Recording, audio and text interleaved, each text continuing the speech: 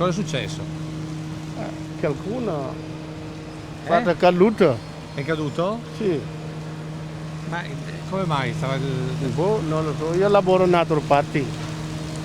Io lavoro in altro parti. Lavoro sempre con lui.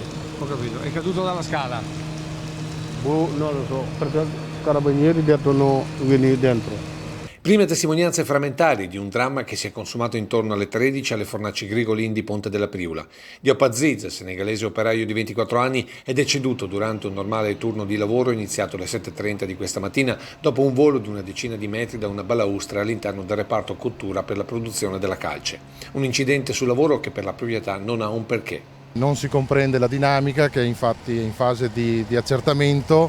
Il lavoratore stava eseguendo una comune operazione di pulizia su delle scale, munito di tutti i dispositivi di sicurezza in un luogo sostanzialmente sicuro, dove non c'erano macchinari.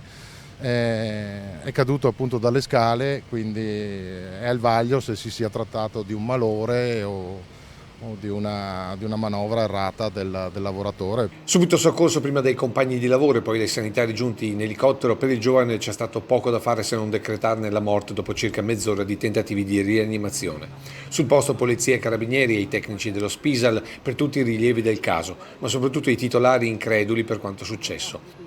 Non più tardi di lunedì Maurizio Grigolin, ricorda la figlia Francesca, aveva parlato ai dipendenti richiamandoli a maggiore attenzione per la sicurezza sul lavoro dopo quanto successo a Montebelluna con la morte in cantiere del giovane Mattia Battistetti. Tra l'altro questo è un impianto sostanzialmente nuovo del 2013. Assolutamente nuovo, dal punto di vista della sicurezza tutto in regola, azienda che da sempre è attenta a questi aspetti e quindi ancora per questo dispiace di più. Diop Aziz lavorava da 2 anni alla fornace dove è impiegato anche il padre. Colpita profondamente tutta la comunità senegalese di Ponte della Priula dove Diop viveva con la famiglia.